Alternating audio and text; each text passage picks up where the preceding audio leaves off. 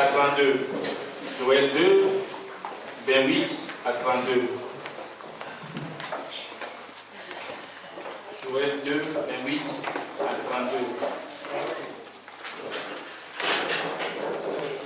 Après cela, je répandrai mon esprit sur toute chair. Vos fils et vos filles prophétiseront. Vos vieillards auront des songes. Et vos jeunes gens des visions. Même sur les serviteurs et sur les servantes, dans ces jours-là, je reprendrai mon esprit. Je ferai paraître des prodiges dans les cieux et sur la terre, du sang, du feu et des colonnes de fumée. Le soleil changera en ténèbres et la lune en sang, avant l'arrivée du jour de l'Éternel, de ce jour grand et terrible. Alors, quiconque invoquera le nom du Seigneur sera sauvé. Le salut sera sur la montagne de Sion et à Jérusalem, comme a dit l'Éternel. Et parmi les réchappés que l'Éternel appellera. Que Dieu bénisse sa parole. Nous allons lire aussi Acte 2. Acte 2.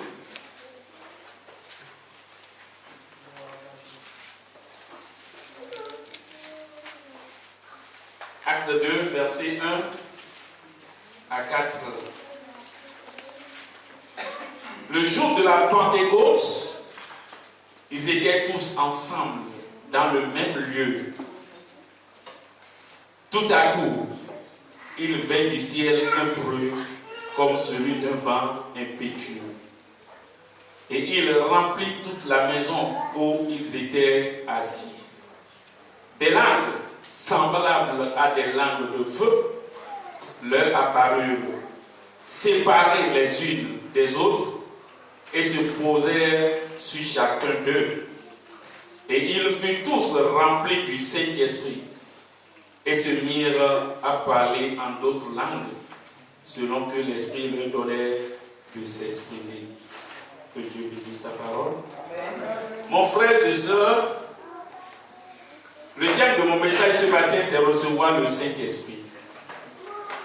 Recevoir le Saint-Esprit. Jésus dit, sans moi, vous ne pouvez rien faire. Le meilleur parmi nous, le bien parmi nous, sans Jésus, il ne peut rien faire. Donc tout dépend de Jésus, de ce qu'il nous donne, de ce que nous recevons de lui.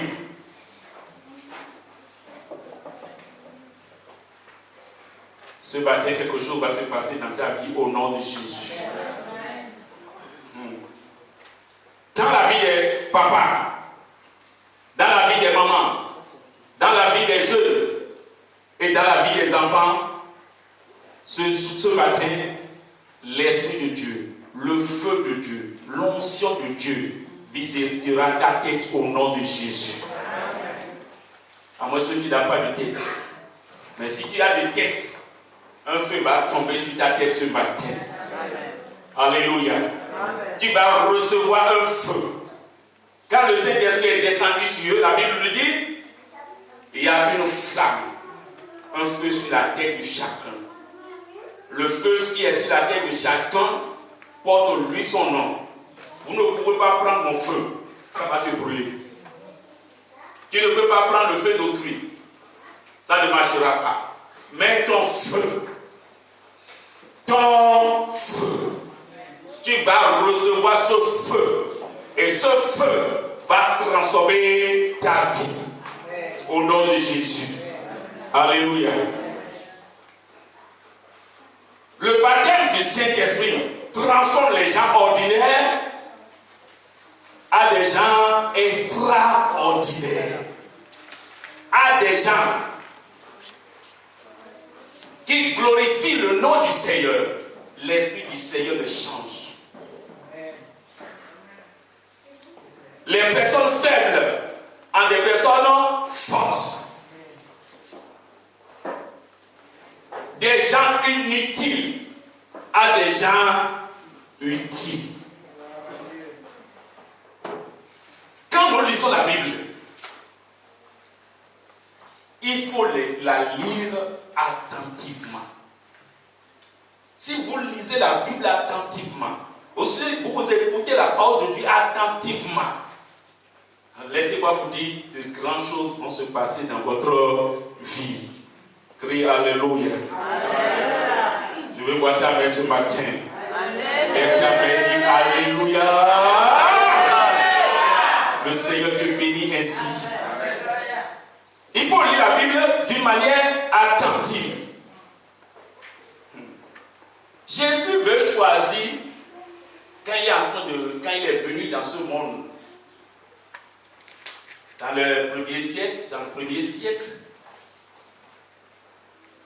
il veut prier, il a prié. Parce qu'il faut qu'il laisse le travail là à des gens. Mais quel genre de personnes? La Bible dit Jésus a fait 12 heures et toute la nuit.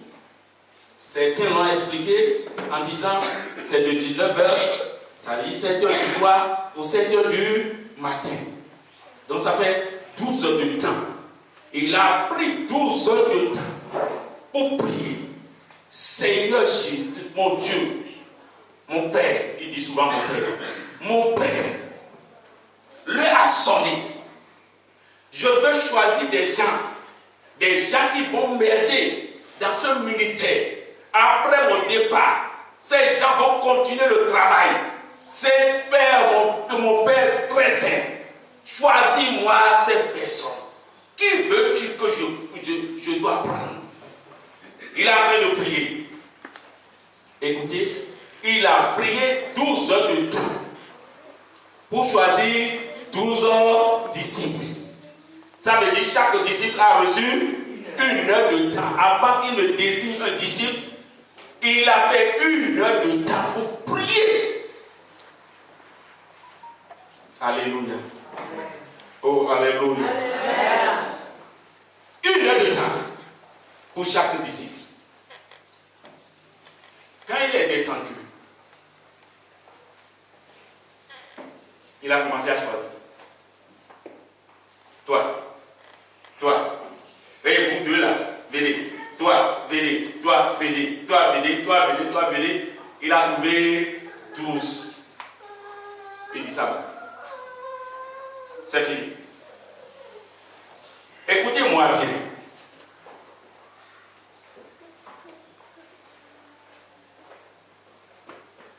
Priez 12 heures de temps pour choisir des gens. Des gens comment? Des gens ordinaires. Des gens zéro. Des gens inutiles. Des gens vraiment bizarres. Priez 12 heures de temps pour choisir des gens bizarres. Regardez, je vais vous donner, peut-être vous n'avez pas encore compris. Il a choisi Pierre. Pierre qu'il a trahi, qui dit, je ne le connais même pas. 12 heures de temps. Pour quelqu'un qui dit, je ne te connais pas.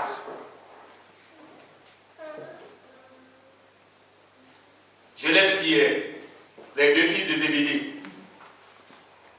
Des gens bizarres aussi. Il est arrivé un jour, Jésus, en passant par Samarie, a voulu passer la nuit là-bas, mais les Samaritains l'ont rejeté. Non, ne viens pas ici. Non, on ne veut pas de toi. Non, on ne veut pas de toi. Le rejet existait depuis fort longtemps. Tu peux être n'importe qui, n'importe comment. Tu vas rencontrer, il n'y a pas de rejet.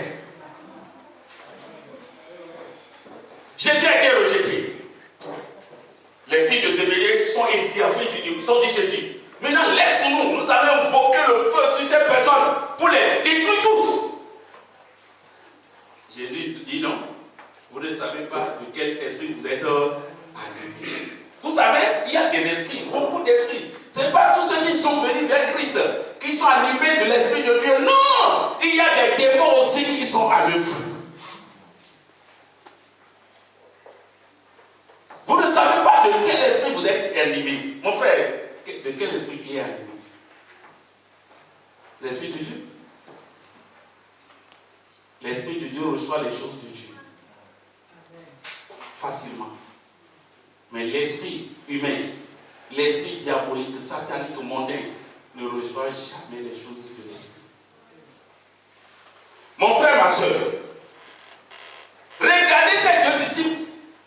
Non, non, non. Seigneur, permet-nous d'invoquer le feu sur eux. Il faut qu'ils meurent tous.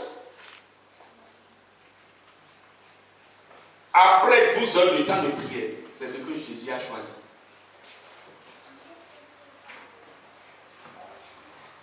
Je vais vous parler du pire encore. Judas Iscariote. Celui-là, c'est le plus terrible des disciples.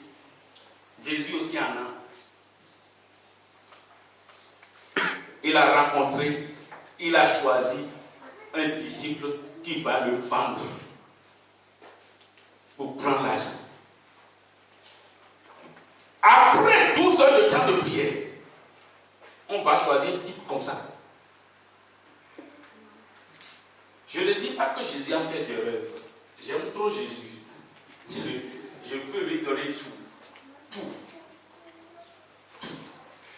Mais laissez-moi vous dire des choses importantes ce matin. 12 heures de temps de prière pour choisir. On a choisi Iscariote. Judas est arrivé. Jésus savait que c'est un voleur, un brigand, pour ne pas dire terroriste. Mais il lui donne la caisse de l'église. Comment vous pouvez donner votre caisse à un bandit comme ça?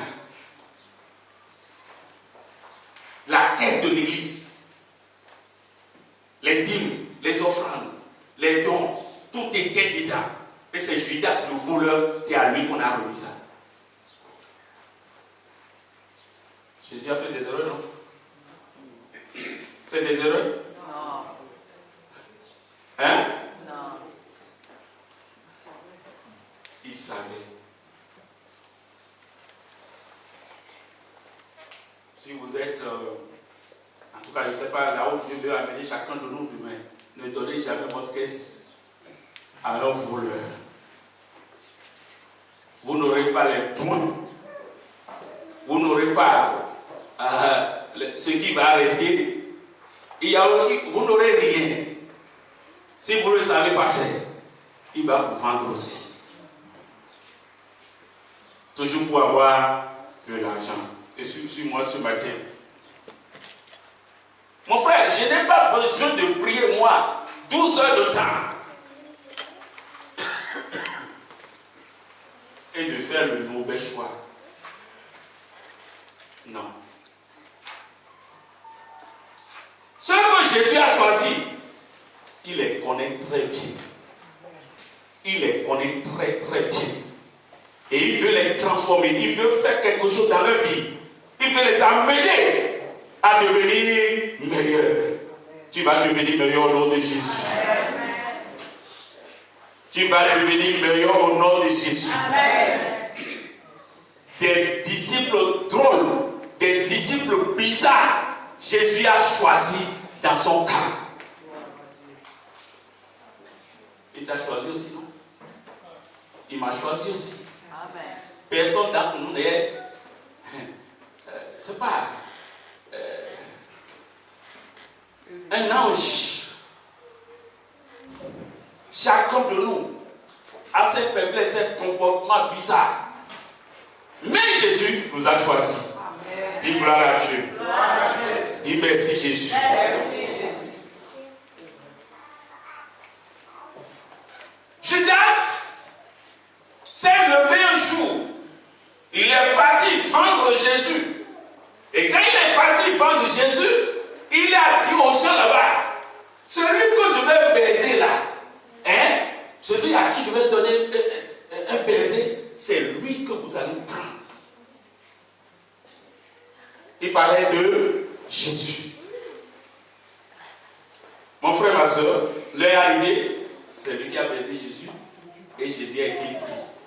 Mon frère, ma soeur, ce n'est pas tous ceux qui te baisent là, hein, qui sont des gens de bonne intention avec toi. Faut pas. Les baisers trompent beaucoup. Vous ne savez pas. C'est la pratique ici, ça. Des gens qui ont la mort dans le cœur. C'est pas la haine dans le cœur. Et on pense que c'est l'amour. Non, la plupart de. En tout cas, pour Judas là, c'est pour détruire, c'est pour tuer Jésus. Mon frère, ma soeur,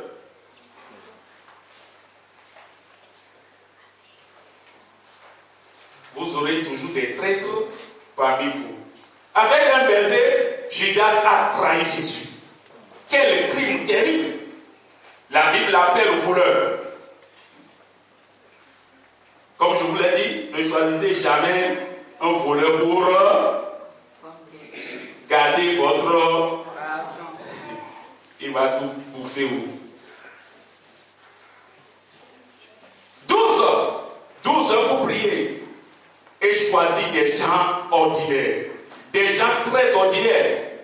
Jésus a choisi. Pourquoi Jésus a prié pendant 12 heures? Il a prié pour choisir des gens ordinaires, des gens zéro. Pourquoi il a prié? Alléluia. Alléluia. Ceux qui donnent n'ont qu'à crier Alléluia.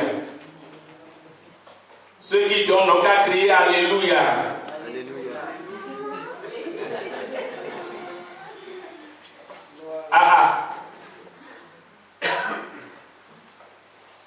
Ne dormez pas. Pourquoi Jésus a prié 12 heures de temps? Si c'est pour choisir les gens ordinaires, est-ce qu'on a besoin de prier 12 heures de temps? Toi viens, c'est fini. Mais il est allé prier 12 heures de temps pour choisir ces gens de personnes. Mon frère, pourquoi? Nous pouvons penser aussi, qu'est-ce que Jésus a dit dans ses prières? À peu près. Seigneur, donne-moi des gens ordinaires ou quoi? Si nous allons faire le choix aujourd'hui, qu'est-ce que nous allons dire? Comme le monde fait le choix. Des gens corrects, des gens vraiment intelligents, des gens sages. Jésus n'a pas fait comme ça. Il ne s'est pas dirigé vers l'université pour demander les premiers, les gens brillants, les gens extra doués, des gens vraiment qui ont de très bonnes notes. Jésus n'est pas allé les chercher. Mais il s'est dirigé où? Vers le lac. Dis lac. Dis lac. Il s'est dirigé vers le lac. C'est vers le lac qu'il est allé trouver des bergers chroniques depuis leur naissance. Ils n'ont jamais été à l'école. C'est ceux-là qu'il est allé chercher. Des gens zéro. La Bible dit, un peuple sans instruction, ils n'ont pas été instruits. Ils sont zéro. C'est ceux-là que Jésus est allé chercher. Pourquoi? Parce que c'est lui qui est capable de rendre ce qui n'est pas utile, utile. Amen. Ce qui n'est pas intelligent, et celui qui n'est pas intelligent, intelligent. Amen. Celui qui n'est pas sage, sage. Il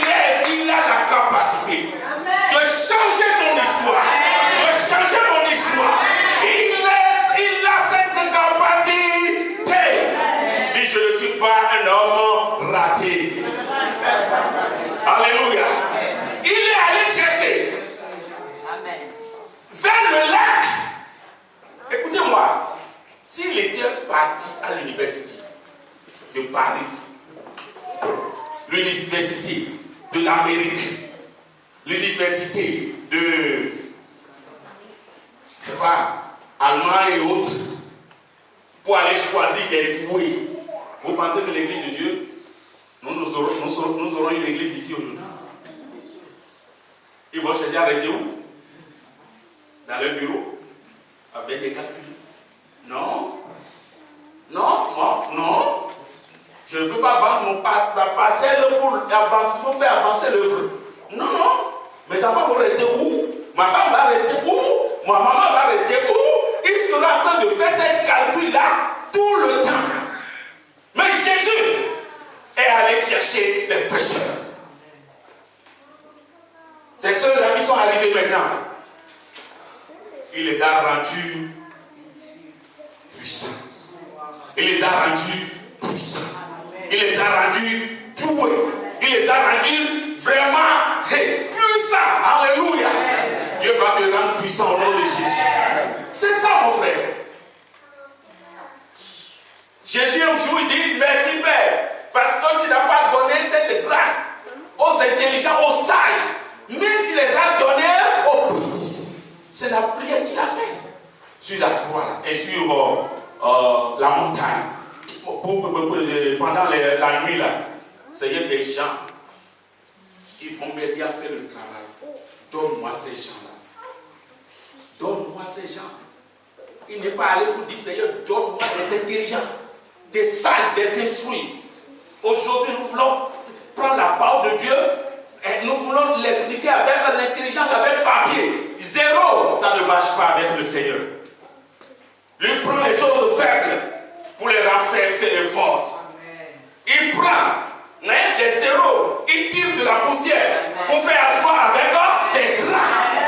C'est ça le calcul de Dieu, la mentalité de Dieu. Prendre ce qui est zéro pour faire ce qui est important. C'est ça.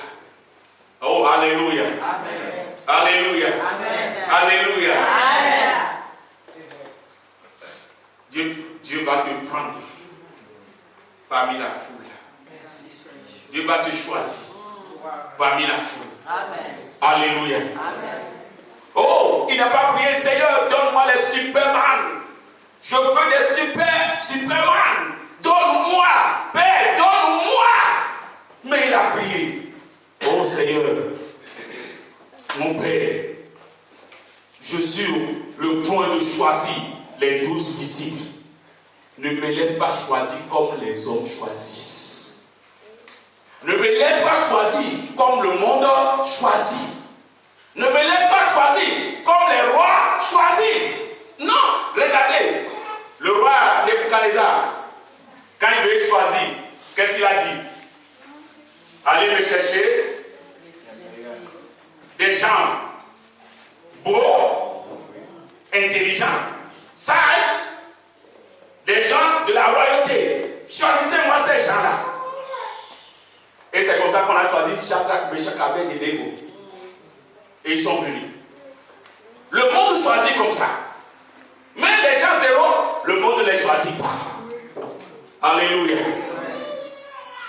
Le monde ne les choisit pas, mais Jésus est allé les choisir. Jésus t'a choisi aussi. Laisse la sagesse de ce monde et cherche la sagesse d'en haut. La Bible dit, la sagesse d'en haut est pacifique, pleine de douceur, pleine de compréhension, pleine d'amour, la sagesse d'en haut. Mais la sagesse de ce monde est animée de zèle amer. Amen. Mondaine. Elle est mondaine. Elle est charnelle et diabolique. Nous avons besoin de la sagesse d'en haut. Alléluia. Le monde, oh Père, aide-moi à ne pas choisir comme le monde choisit ou planifie son succès. Oh mon Père, ne me laisse pas planifier le succès comme le monde, les rois le planifient. Pas ma volonté. Ce sont les prières qu'il a faites. Seigneur, pas ma volonté, mais ta volonté. Je veux ta volonté. Dans ce choix, je veux ta volonté, pas ma volonté. Quand il a eu la victoire sur le point, il descend et il commence par choisir les gens ordinaires. Jésus a choisi les gens ordinaires, comme moi, comme toi. Il peut prendre le plus faible, le plus ordinaire, pour le rendre capable. Le faible sera fort, la Bible dit. Que le faible dise, je suis fort. Oui, que le faible dise, je suis fort. Alléluia. C'est ça, alléluia. C'est ce qu'il fait. Si c'était nous allons aller à l'université, comme je l'ai dit, pour choisir. Dieu fait ce qui est vraiment insondable. Donnez les plus. On va chercher les plus persuasifs de ceux-là qui vont prêcher correctement, éloquents. Mais, laissez-moi vous dire, l'Église ne va pas bouger.